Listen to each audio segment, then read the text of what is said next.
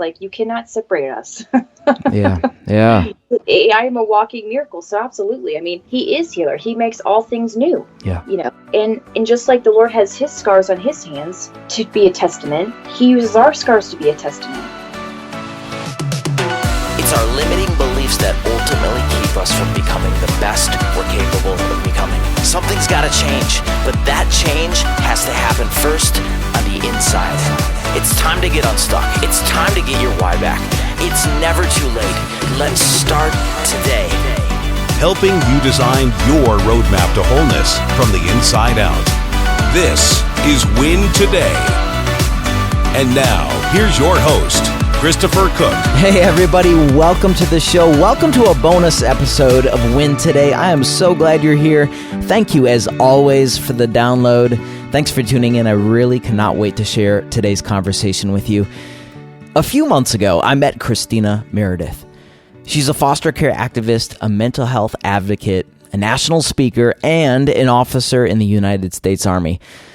But before any of these things came to be, her story looked quite different. As a child, Christina Meredith was called laundry girl, stupid, and even slut.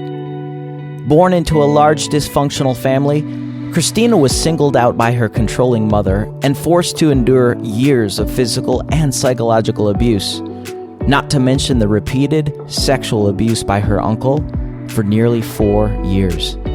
She spent many days without food to eat until she entered foster care as a teenager. But after aging out of the foster care system with nowhere to turn, Christina lived in her car, using public beach showers and working 3 jobs just to survive. But within a few years, though, Christina's life transformed beyond her wildest hopes and wildest dreams. And after months of hard work, the world recognized her by her name, her true name, as she was crowned Miss California. She went on to create the Christina Meredith Foundation, a nonprofit organization that supports foster care girls living in abusive situations. So how did Christina go from abuse to homelessness to Miss California? Well, that's the story you're going to hear right now. Christina, welcome to the conversation. This is one that I've been looking forward to for a long time, so I'm so glad you're here. Welcome. Oh, thank you for having me. It's such a joy. Well, Christina, let's dive in. I really believe that a quick glance at your life today would tell most people that you're a strong leader, you're a passionate advocate for those who have no voice, and you're a stable, confident woman, which I believe you are, but that doesn't at all give weight to the pain you endured from a really early age. Would it be all right to start here and pull the curtain back and ask you to start by telling us about your earlier years growing up with your mom and dad? Oh, yeah. I mean, I think, I grew up with 8 brothers and sisters, and when parents divorced when I was 9, my mother, put him in jail on a trumped up charge of spousal abuse. And so once my father got taken away, the abuse from my mother got exponentially worse. And, I was always soloed out as the unwanted one. But when he got taken away and put in jail, it got exponentially worse to a state where, I wasn't even allowed to, be a part of the family unit anymore. My siblings, during times of really bad abuse my mother demanded that they chant demon, demon, demon and call me different names. And, oh my God. I wasn't allowed to eat at the same time. And, she'd lock me in closets for days at a time. And, it got really bad when they took my dad away. But I think, you won't see that if you look at my life now, because it's like the Hebrew boys. You walk through fire, but I'm not burning. And that's twofold. That's the graciousness and mercy of God, and that's me allowing him to move in my life and say yes, even when it was painful. I spent years in trauma therapy, and I've done a lot to work on healing to be whole, and that's not easy. That's a fight in itself. And so I always like to encourage people. Yes, even though my life now is I am a servant leader in and out of uniform, and I am traveling, and I am, just released a book and doing all these things. It's still a struggle. Still a fight. Yeah. The fight never ends for, especially the Christian, right? So, I always like to encourage people that, no matter what it looks like, it's always a battle. It's always continuing to be fighting to be better. It's always continuing to better the community, better yourself, better others. I mean, it's always a fight going on. So it's not this, perfect Instagram life that I'm living at all. Don't be deceived. Right. Yeah. And, Christina, to stay here, I'd love to know, there's a different dynamic in your relationship with your dad and then with your mom. What was the difference between the two relationships? Can we go there for a minute? Yeah. So my father told me as a baby, my mother never took to me. And I was the third oldest in the lineup of 8 of us. And then she had 2 with my stepdad. And yeah, my biological dad said that she never took to me. She never picked me up. She would leave me in the crib with dirty diapers. And, it kind of just got worse as I got older. By the time I was a toddler, I knew not to go to her when I needed something. And by the time I was 6 and 7, I was walking on eggshells trying to avoid her at all costs. Yeah. So, but my dad, I mean, he was everything to me. I mean, he would come home from working and he called me Bina, Christina Bina. And, he would scoop me up and put me on his hip and tote me around with him. And my little brother was named after my dad, and we were the 3 C's. The 3 C's went everywhere and did everything together. Yeah. So I think having my dad saved me, even though the abuse was still happening when my parents were married. My dad was like that buffer to keep it from going crazy. Mm-hmm. And he knew something was wrong with our relationship because, like I said, he saw her not take to me and not, be affectionate with me and never pick me up. She wouldn't feed me. I mean, there's all kinds of things that something happened when she looked at me like I was just the untouchable child. But, my dad was there to kind of buffer, like I said, and he loved me so much. So, that's why it got exponentially worse when he was taken away from me. Yeah, for sure. No more buffer. Yeah. Well, why do you think your mom singled you out of all your siblings? I think everyone always asks that, and I always say the same thing because this is all I have been told and know. Over the years, my therapists have told me that the reason she soloed me out is because I most resembled her. I mean, my father is full-blooded Italian. He is Guinea through and through, and my siblings are dark hair, dark skin, dark eyes like my father. My mother is fair skin and green eyes, and she's got strawberry blonde hair. So, when I came out with this towhead blonde hair and these bright blue eyes, I've been told that she just saw herself in me, and self-hatred is a real thing, right? So, yeah. My mother grew up abused, and I think she just projected. And I think that's why I work so hard and so diligently to encourage others to start their healing journey, because the cycle of poverty and abuse is a real thing, and you don't want to put that on your kids. So my mother had unhealed wounds, obviously, and some serious issues, and I was the trigger point for that all coming out. And unfortunate as it is what it is. And, I pray to this day that she gets healing for her wounds, because it's obvious that she's hurting, right? So that's what it is. I mean, I most resembled her, and it was easy to pick me out of a crowd. I mean, if you look at family photos, it's like, who does that child belong to? Wow. Yeah. Talk about the day your dad finally left. I mean, what was racing through your mind? Because there was a level of stability, and I don't mean to just keep staying here, but I'm really curious about this aspect, Christina, because you write about the fact that the day your dad left, your mom wasn't giving you guys adequate care. She was out shopping and spending money, you wrote. You weren't even receiving adequate food, and you had to receive that from the nuns at the Catholic school. Yeah. What was racing through your young mind when he left? Was it just pure panic? I think it was disbelief. I think it was confusion. I was so confused. I mean, I was so little. I was 9 at that point, the day that he was taken away. And, I didn't understand why they wanted to take my dad away. And I was just confused by the violent nature of it, right? So, I mean, when there's guns pointed at your dad, and there's obviously, my God. You see police officers, as a kid, you know what they are.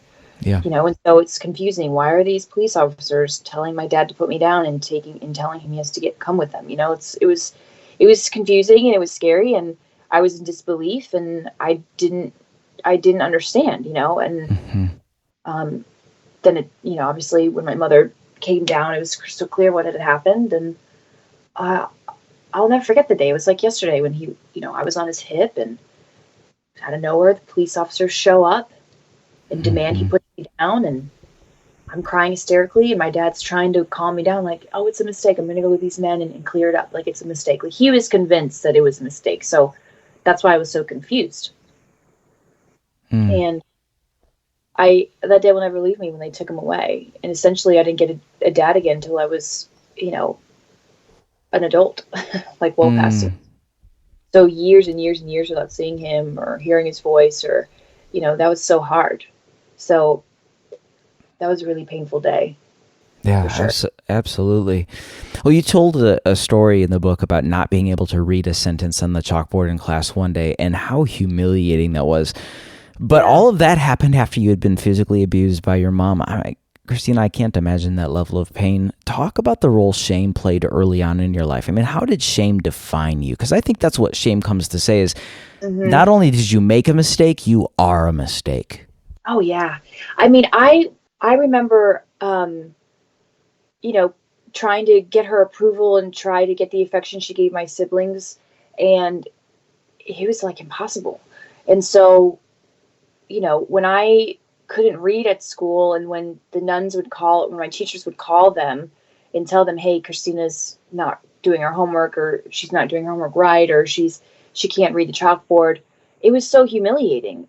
One, because I was markedly different from my peers, right? So much so that they took my desk and put it on the outside of the classroom, and my curriculum was hooked on phonics, and I was so confused. I didn't understand, because I wanted to read and I wanted to do my homework. I wasn't a bad kid, but because of my mother's abuse and neglect, I was mentally crippled. It was like having a mental terrorist destroy your brain before you're even able to mold it and grow it. And so, I think shame and humiliation played a huge part all the way up until my mid-20s, probably. I tested on special needs for a really long time, even through high school. And, I always tell people, don't let what other people tell you define you, because it's a lie. You can only believe what God says about you, and that's it. Like, you have to believe the truth. And what is truth? Well, it's anything that is loving and positive and healthy for you and others, right? So, I fought against what I was being told, and I remember telling myself, I'm never going to be like my mother. I'm never going to be like her. I'm not stupid. I'm not dumb. I'm not good for nothing. I'm not only good for doing chores. I'm not a whore. I'm not going to end up a prostitute. I'm not going to end up dead in a ditch. I mean, all of the things I was told for years and years and years. My God. I refused to believe those things. Like, I just refused. And even though it took me harder to do schoolwork, and it took me longer to, read and be able to put functioning sentences together. And even though I didn't have the best grades in high school, and it still was hard for me to do schoolwork, I did it. I pushed through. My teachers helped me, and I had extra tutoring, and I had extra help for sure. I mean, I had to take algebra 3 times my senior year to graduate. And, I just think you just have to fight through it, and you can't let other people define you, especially when it's evil and wicked, right? So, especially when it's a lie. Like, I'm not dumb. I'm not stupid. I'm not good for nothing. And I think it's the mercy of God to allow me to write a story and to allow me to be a good storyteller. Yeah. In an area which, essentially, I wasn't able for decades to be good at. Right. I think it's kind of cool. So you take this on Hooked on Phonics for years and years and years, who is testing well below her peers' average, who's testing special needs, who, and then she writes this book. Like, what? That's not what she's supposed to be doing. Totally. I didn't have a ghostwriter. I wrote my book. So I just think it's the humor of God, but also his mercy. Yeah. Because you can't overcome any hardship. You can't overcome all of the lies. And what people tell you doesn't have to define you. Like I said, unless it's positive encouragement, honest, healthy truth, get rid of that out of your life. Refuse to believe the lies, especially with shame and condemnation and self-hatred. Mm-hmm. I think my strength relies in knowing that I'm adequate because of Jesus, right? Yeah. So I just rest in him and rely on his strength, and somehow he's gotten me where we are today. And I just continue to rely on him, and I continue to do my due diligence and to study and to learn and to grow my brain and my mind and my emotional discipline and my mental discipline and my physical discipline, my spiritual discipline. I just continue to focus on, the 4 Ds I talk about in my book, and really just give over everything to him and allow him to have his way. And that's helped me. That's helped me with everything. That's incredible. Christina, talk to my friends hanging out with us today, because I really believe there are people listening today that are in chaotic circumstances, maybe not quite to the extent that you experienced by any means. However, what they're experiencing is real. It's present. How did you transpose the voices of shame into hearing a voice of healthy identity? And how would you encourage everyone listening today to press in and to do the same? Because it would be easy to hear promises of the word. It is easy to hear promises of the word, and then all of a sudden we turn them into cliches, and we don't actually allow them to apprehend our heart and then bring restoration to our broken spirit. So how would you encourage everyone here with us today to say, hey, you may be in chaos, but here's practically how to re-anchor yourself in hope? Yeah, so first off, let me state that trauma is trauma. Anything that is wounding you matters. It doesn't matter. You can't compare your pain and suffering to someone else's, because if it's pain and suffering to you, then it's pain and suffering, right? And so your reality is reality, and your feelings matter. And so don't compare your heartache to someone else's, because it's legitimate. If you're hurting, then it matters, and that's okay. So the other thing I would say is if you are hurting, if you are in a place of chaos, if you are in this unknown, if you are in this roaring sea that you feel like is swallowing you whole, you have to get stable footing by anchoring yourself in truth. In what is truth? Well, it's the word. And so for me, when I was homeless and I was so confused by how I was living in my car and taking showers at the beach excess and, pretty much hungry all the time and, not understanding, like, Lord, you say you're my father. You say you have cattle on 1,000 hills. And, if I ask, you shall give. And all these scriptures, right? I wrote out all these scriptures and I was like, this isn't my reality.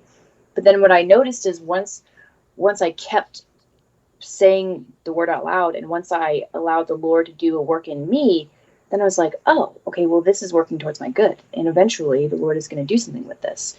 And then hope kind of took hold of me. It went from my head to my heart just by rewriting scripture and allowing it to have its perfect work. And that takes time. It's not overnight. It's not an instant thing where all of a sudden you're like, oh, everything's amazing, even though I'm in the middle of the worst storm of my life. It takes time, and you have to allow God to do that, chisel that out of you, right? You have to allow him to chisel this discipline, to chisel this grittiness, to chisel that character out of you when you're in the storm. Because that's what he's doing. He's chiseling something out of you that can't be taken away when you're in the season of plenty, if that makes sense. And so I kind of dawned on me. I was like, okay, well, I'm just going to trust that the Lord, that right now in this mess is where he wants me, and trust him to have his perfect will, his way. And that gave me hope. And I dreamt. I wrote down dreams of what I wanted to do and what I wanted to be when I was out of this bad space. And that's when I started writing my book, when I was homeless. That's when I, came up with the Christina Meredith Foundation, when I was homeless. That's when I just, told myself I'm going to travel the country and speak to thousands. All of these dreams, dreams on dreams on dreams. I wrote them all down when I was homeless and said, okay, Lord, I'm going to trust you and believe that one day this is going to be my reality. And that gave me hope. And so I think anchoring yourself with the promises of God and then allowing yourself to dream a better future is going to encourage your heart. And then you have to allow God to take you through where he wants you to be, whatever it's a few months or a few years. I mean, from the day that I wrote down I was going to write a book to the time it actually happened was 12 years. You know, a lot of people get so discouraged if it doesn't happen within a year, 2 years. Well, can I tell you about my friend Jesus? Okay. Mm-hmm. Nothing is overnight. That's not how it works. That's not reality. This instant gratification society we live on is a lie from the pit of hell. Things take time. Nothing is quick. You have to allow God to have his perfect work in you. You have to allow him to chisel something out of you when you're in the hard season, because he's doing something for your good. Mm-hmm. And I wouldn't be the stable, grounded, rational, adequate leader if I didn't experience that type of hardship. I wouldn't be gritty. I wouldn't have character. I wouldn't have unbending integrity. I wouldn't have tenacity. I wouldn't have strength if I didn't endure all of that suffering. I am made credible because of what I have endured, right? And so you have to take a look at the bigger picture. You have to try to separate yourself from the heartache you're experiencing and realize God is doing something for your good in this. And you have to trust him. And it might be overnight for you. The Lord can do whatever he wants, but it might not. It might be more like my story where it's taken over a decade, right? So just be encouraged that you in this moment should dream, and you should dream big, and you should pair it up with scripture. And if you're dealing with other suffering and trauma, like a loss of a loved one or a sickness, again, anchor yourself in hope in the word and truth that whatever you're experiencing, the Lord is going to use for your good, because it's true. If you have surrendered your life to the Lordship of Christ, whatever suffering you are enduring is for your good. And I know that's hard to hear, but it's true. So just allow him to have his perfect work, because out of it will bloom something more beautiful than you can even imagine.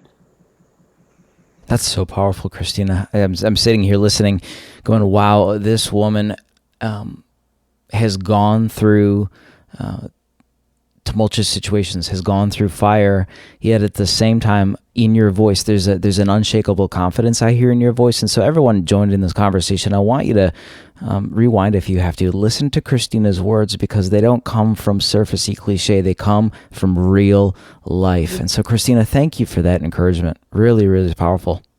Thank you. I mean, again, I think what the Lord has allowed me to endure in what he's given me an unshakable confidence in him. So don't be confused. It's not that I'm confident in myself. Yeah. It's that he has walked with me hand in hand through some really hard things. And he's never left me. He's never let the world swallow me whole. He's never let the world steal my heart. I should be bitter and angry, and I should be addicted to drugs, and I should be jumping from relationship to relationship. I should be a hot mess. Mm-hmm. I should. Statistically, that's what I've been told my whole life, that I should be a hot mess. But can I tell you that my God is bigger than any statistic, and he is bigger than any hardship that I have endured. He is bigger than me being raped. He is bigger than me being homeless. He is bigger than being an orphan. He's bigger than all of that. And so my unwavering confidence is in him to continue to be with me and stand with me in the fire. Mm-hmm. He is the brother and the friend that sticks. He is the friend that sticks closer than a brother. Mm-hmm. He is my everything. I'm unwavering in his ability to continue to love me and lead me to where I'm supposed to be, to accomplish the mission that he's given me, which he's given me one. And guess what? He's given you one too. You need to figure that out, what it is, because you're not on this earth for no reason. If you have breath in your lungs, you have a purpose, a divine one. And so you've got to figure out what that is, because whatever you're experiencing, suffering and hardship, is so you can accomplish the mission that you've been given. So you are equipped and you have the ability to serve out that purpose. I am only equipped to do what I do because of my suffering. And that goes the same for every other Christ follower on this planet. Mm-hmm. It's not like I'm some, unique, special. No, every believer has a mission, and whatever you're experiencing, it's equipping you to be able to accomplish that, to get the task done. And so you just have to spend some time with the Lord and get on your hands and knees and be like, okay, Lord, you're going to walk through this with me. I trust you. And then trust that he's going to walk through that with you, and he's going to chisel something out of you that no one can take away. No one can take it away. And no circumstance can take it away. Doesn't matter what it looks like. You are going to trust in the Lord because he is faithful. Even when I'm unfaithful, he's faithful. You're straight preaching right now, my friend. Oh my gosh. Well, it's just true. It's so good. It's so good. I mean, yeah, because Christina, a lot of times, especially when people endure trauma and loss, and I look at my own story and my own life and the trajectory of all these years that led me to, okay, just hit mid-30s and now what, Lord, here we go. The residual scars that are left in our life are really scary to look at. And I think for a lot of people, Christina, scary for us to allow other people to see. But I believe, because of the testimony of the faithfulness of the Lord in my own life, I believe scars tell a story. I mean, your emotional and even your physical scars, Christina, tell a story. I'd love to ask, what do you believe that is for you? It's like going into combat. I mean, you're going to have scars, either visible or invisible, when you go into combat. And essentially, I started going into a spiritual warfare when I was a child against the enemy trying to squash me out as a child, So I think my scars just tell that I'm a warrior and I'm not going down without a fight, because I got all kinds of scars. To this day, I have physical scars, actual physical scars from being abused, and I think the mental scars from all the abuse and all the trauma and all the heartache have given me this capacity to, endure stress and pressure unlike others. Other people, I think it's difficult to say. I mean, my scars are visible to the world, both unseen and seen, and I think they give me my credibility, and I think they just show that I'm a warrior. I mean, really, essentially. Yeah. And not to put words in your mouth, Christina, at least I'm thinking about my own story, and y'all know my story, and I've talked about it a lot here on the show. But Christina, one of the things for me in my own life, and one of the things I pulled from reading your book, is that scars prove that he's healer and that nothing's wasted. Yeah, absolutely. I mean, you can't look at me and not see the fragrance of Christ. It's impossible. There is no Christina without Jesus. Like, you cannot separate us. Yeah. I am a walking miracle. So absolutely. I mean, he is healer. He makes all things new. Yeah. And just like the Lord has his scars on his hands to be a testament, he uses our scars to be a testament. There it is. Yep. Well, Christina, to take this to another level, as believers, we know the word is true. We know he works all things together for our good. But I also know, like we said a moment ago, that it's easy to run those very real promises through our own script to the nth degree. And then when life doesn't pan out exactly the way we've scripted in our own mind, I did this. I legit did this. Disappointment and cynicism knock at our door. So I'd love to know if you could add anything to that through what you learned in your own story. As you said, you were starting to write this story while you were still homeless. I mean, what did trusting the Lord for you really look like? It looked like believing his love for me was greater than whatever my circumstance said. It was believing that he is real, even when everything in reality, quote unquote, was telling me he wasn't.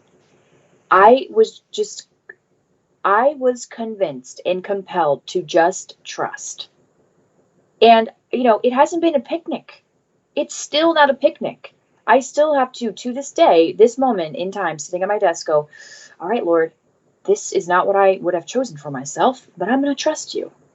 I mean, I wouldn't have chosen for myself to endure years and years of abuse and violence and abandonment and then be homeless and then, take I wouldn't have chosen that. I wouldn't even have chosen me to enlist in the United States Army in my upper 20s and to be commissioned when I'm 33 in December. I wouldn't have chosen that path, but that's what the Lord chose for me, right? It's like I would have enlisted, a decade ago when I was 19. But yeah, I just have to continually surrender me, right? I've got to put me down in my wants, in what I think is right and what I think is good. And remember that the Lord is the Lord of my life and he sits on, and I don't. And as a Christ follower, I have surrendered my life to the Lordship of Christ, and I have to surrender every day. It's not just a one-time thing. It is sometimes a several times a day thing, right? So, I just encourage myself knowing that his love is real, even when it doesn't look like it is, and that his plan is best, even when I'm uncomfortable, which, by the way, is like all the time. I can't stand crowds. It puts me in a panic. And what does the Lord do? He puts me on stage in front of tens of thousands of people, sometimes millions. It's like, I wouldn't have chosen that for myself. The Lord is constantly putting me in situations where I am dependent upon him. And I think that's just his faithfulness. I can't go too far. Like I said, you can't separate me from the Lord. It's impossible. I am like on a short leash. And Wow. I think it's his mercy and his kindness. Because God forbid, I think that I can do all of this on my own, and I can be a leader of nations all on my own, and then I'm doing it all on my own without the power of God, without the power of the Holy Spirit, without Jesus in my corner. What a scary thought. What a terrifying thought. Like when I think about that, in my ability to do things on my own, it's terrifying. Oh my God. No, thank you. So, I can tell you, I would have preferred for me to be a stay-at-home mom with like 4 kids by now and an amazing husband and make pies for my neighbors and be in the choir at church in this quiet, simple life. That's what I've wanted my entire life. But that's not what my life looks like. I'm in the Army. I have Army training at 3 a.m., and I got to be up at 3 a.m. and I've got to be out the door 15 minutes later. And I'm, training 3 days a week. And then I'm flying across the country to speak to other people. And, I just released a book and I'm doing a book tour and I'm still in school taking 21 hours.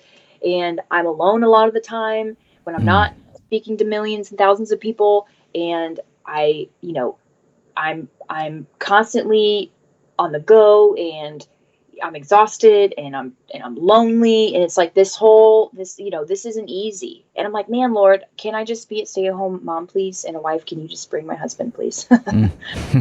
But no, that's not my that's not what he's called me to do. He's called me to do this. And so I have to be like, okay, I'm just going to trust that I'm equipped to do this. And I'm going to walk out this path. Like I'm going to walk through the doors that you open for me, Lord.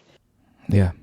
And it's a continual surrender to that he knows best. But you can only surrender to something that you know is true. So when I was homeless, I was just I immersed myself in the word, and I immersed myself in truth, which is God is for me. Jesus loves me. The Father in heaven loves me. These are truths that we have to really believe in order for God to have a perfect work in us.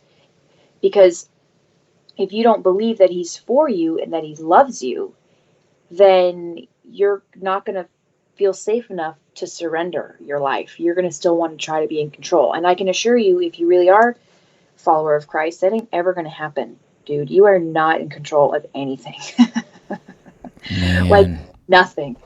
Nothing. And I still find myself sometimes trying to control situations, and then I'm like, I can hear God go, really? Me too. Oh, that's right. That's right. I have zero control. I have no control over anything. So, one of my biggest fears is flying. I hate flying. Do you really? Hate it. It puts me in horrible panic. I hate flying. What does God do? I fly almost every week. Last week, I was in 4 different cities flying. And so that's the humor of God for one. You've got to humor. Like, oh, you hate flying? Okay, I'm going to make you fly all the time. But it's also, I believe, he's going to heal me of this anxiety of me having to be in control. Because I'm not in control. Even when I'm, people are like, oh, if you're afraid of flying, then why aren't you afraid of driving? Well, because I'm controlling the car. But am I really controlling the car? No. I can control my car all I want, but I can't control the car next to me that might hit me and put me in a tailspin, you understand? So it's like, there's zero control at all times. I have just deceived myself into thinking that driving is safer because I'm in control, which is an absolute lie. So, I think being able to release control and really trust are the biggest things that we as believers can do to allow God to have his perfect work in times of suffering. We just have to trust, and we have to know that we are not in control of anything, because it's true, we're not. And once you can surrender control and trust and believe the truth that God loves you and he works all things out for us, for his glory, he never leaves us, never abandons us. He is faithful even when we are unfaithful. He loves us even when we are unlovable. And he has great plans for us even when we have no plans for ourselves. This is truth. Then we can really start to walk into a place of healing, and then we can really start to walk into a place that we're called to lead. Because each of us has a calling of leadership. One of the things I really do believe you do have control over, and you're so demonstrating with excellence, you have control over your belief system, of your mindset, of your attitude, and every day amidst the hell that you've faced, you've said, nope, my God is faithful. Nope, yes. What I see with my eyes is not going to dictate the disposition from which I live. And so it's powerful. So everyone joining in this conversation, you may be walking through absolute hell right now, but I want you to glean from what Christina is saying, because at the end of the day, Christina, like you said, I think this is a trust issue. Do we trust him or do we not? And if we know he loves us, then I believe that opens the door to trust. Yes. And you're right. I shouldn't have said a generic end all be all, we have no control over anything, because he has given us not a spirit of fear, but of power and of love and of sound mind. There you go. We have the ability to be emotionally disciplined, mentally disciplined, physically disciplined, spiritually disciplined. As Christ followers, we should be disciplined in all areas. We should be prepared for battle, prepared for combat, prepared for war. That is our job. The posture of the Christian is warfare. We have the ability to be disciplined. I think discipline is a huge asset that the Lord gives us. And so you're absolutely right. We do have the ability to change our thoughts, to change our desires, to be emotionally disciplined, and to be mentally disciplined, spiritually disciplined, and just allow God to have his way in us once we can surrender our will and trust that his will is better, because it is. Because I can't tell you the things that God's doing and how my brain is like, what? I would have never even thought of that, but he did. And again, I mean, it's just like in the Bible, with Joseph, I relate to Joseph so much on so many levels. Not even, not just the family level that abandoned him and cast him away and, neglected him, but also on a professional level. I mean, he's now, Joseph was catapulted into leadership on such a level that it's just only God can do. And what did God say? Until the time came for Joseph, he tested his character. That's it. That's right. And that is what the Lord is doing with us in suffering and hardship. He's testing our character. He's chiseling out of us an integrity that is unwavering. So we are fit for the duty he's given us. And like I said, if you have surrendered your life to the Lordship of Christ and you serve the King of Kings, you have a duty. You have a calling. You have a purpose. You have a leadership position that only you can fulfill. And you have to be equipped to do that. You've got to be prepared to do that. And the only way to be prepared is to endure some heartache. Suffering is custody. Suffering is not a punishment. Suffering is, look at Jesus. If anyone taught me to suffer well, it's him. Can you imagine? I can't even, it makes me so weepy to think about But here's the most perfect human being that ever existed. His heart is pure love, pure kindness, pure grace. Just so loving, it's unfathomable. And then this world rips him naked, peels off his skin with torture devices, hangs him to pieces of lumber, puts a crown on his head, mocks him, shames him. I mean, the gospel is violent. Sometimes violence is the only answer, and people are like, why can you say that? I'm like, because Jesus taught me that. Yeah. Cross is violent. I mean, the Lord didn't have a cakewalk either. I mean, suffering is suffering. But it's like, I can endure suffering because the Lord did. Yeah. You know, he's been the great model of endurance, of leadership, of love, of kindness, of forgiveness, of all the things. I mean, our Lord is so glorious. And, you know, the lamb that was slain will receive his reward, which is us. Yeah. Oh, powerful. I mean, I couldn't. The gospel is, once it hits you, once the Holy Spirit gives you eyes to see and ears to hear, it's life-changing. Yep. It changes you, and it continually changes you, you know, and draws you closer to the Lord. And so, yeah, I'm completely dependent upon Him in every way. At all times. It's so obvious because you have such a stated confidence about you. There's a determination about even the way you speak, but I believe it's undergirded by the fact that He will not fail you. And again, everyone hanging out with us today, His word is true. And what you see with your eyes today is not the end of the story. His promise is that He works all things together for the good of those that love Him and are called according to His purpose. It's powerful stuff, Christina. Well, listen, hey, I would just love to know, because we started today's conversation talking about the absolute evil that you had to endure as a little child and into your teenage years. But I'm just curious, because I think this plays into even the story of Joseph, as you had just alluded to. So you're young and the trauma is real. All of the crisis is real. Your dad is gone. You are abused. You're called names by your mom. I mean, it's inhumane as far as I'm concerned. Then you're moved into foster care as a teenager. You graduate from high school. You living in your car, working 3 jobs, and then within a few years, you're Miss California. Put that together. How did that happen? Well, again, the Lord is humorous because I'm quite the tomboy. And I was at Whole Foods. And thank you, Jesus. Yes. Gluten-free, dairy-free. Come on, somebody. All of the things. All the paleo things. Anyway. All of the things. And so I was at Whole Foods, and this pageant recruiter came up to me and was like, you need to try out for the Miss California pageant. And I totally thought this guy was looking for a date. I was like, oh my God, no. This dude, you got the wrong girl.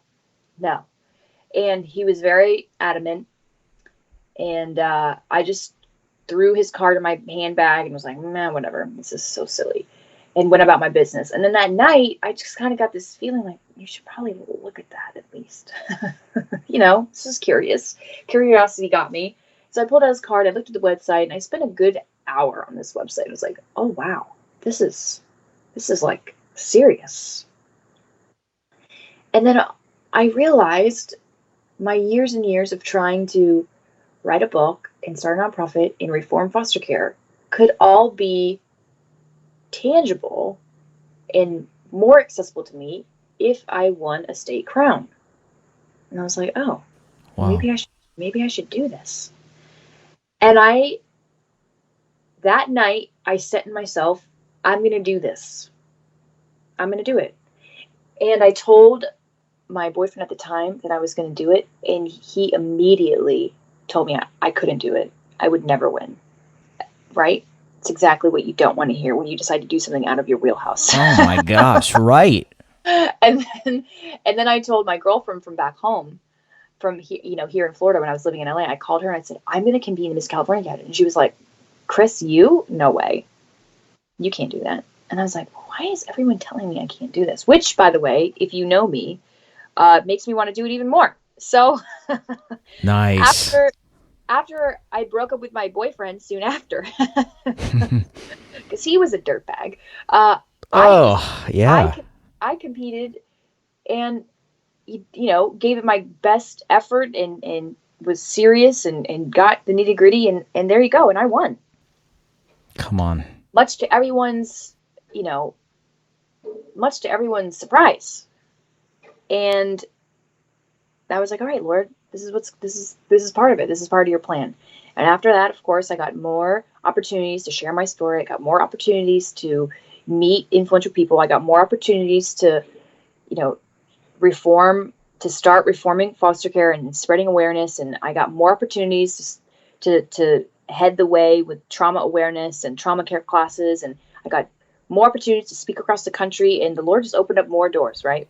Mm-hmm. So Miss California was a great thing in two ways. One, I think personally, the Lord allowed me to be a part of that and to have those few weeks of competition and then to win, to heal some things in my identity where I was really insecure, where I was really ashamed to be a woman, where I was, afraid to really be myself because of years of abuse, of course. And the Lord really brought some healing through me being able to participate in the pageant.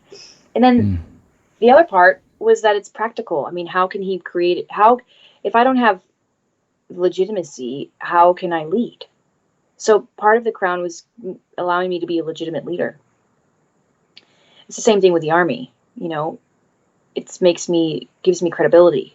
And so the Lord used Miss California in several ways, but I think those two were the biggest, to bring healing to me on a personal level and then to bring credibility so I continue to lead people towards the light and towards hope and towards healing and away from all of the things that tell them they can't have those things. So powerful.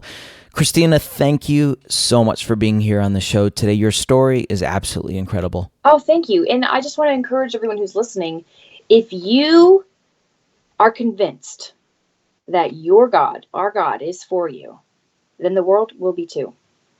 I want you to hear that. If you're convinced that God has a certain something for you to accomplish, the world will follow suit eventually. Trust.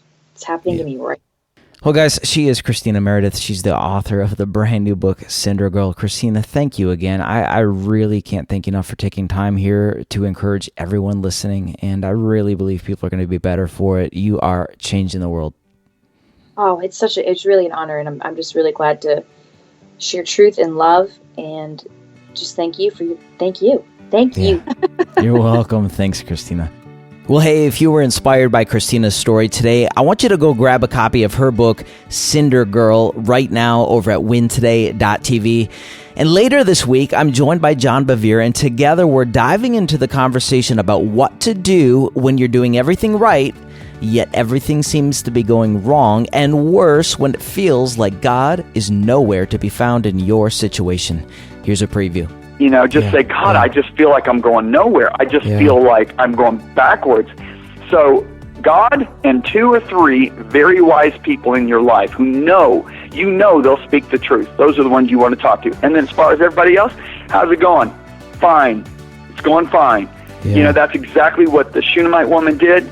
When Elisha said, is everything okay? It is well, not Elisha, the servant of Elisha said, is it okay? She said, it's well, it's fine, it's fine. She knew not to talk to him. She knew he was the wrong person for her to say anything to. So she's like, all is well, all is well, all is well. But then she gets to Elisha because she knows this is a man who's wise. He's got answers. And she says, then she brings to him what happened. I got to tell you, this conversation with John Bevere is the perfect bookend to the conversation we just had with Christina Meredith. Again, this Wednesday, 2 days from now, right here on Win Today. Do not miss it. Hey, many of you are brand new listeners of Win Today, and for that, I just want to say thank you. So if you haven't done so already, be sure to hit that subscribe button right now on whichever podcast host you're tuning into. And each and every week, a fresh episode of the show will arrive to you automatically. And if you're listening on Apple Podcasts, will you take 30 seconds right now to rate and write a review of the show? Doing so helps grow the listenership of Win Today, and that would mean so much to me.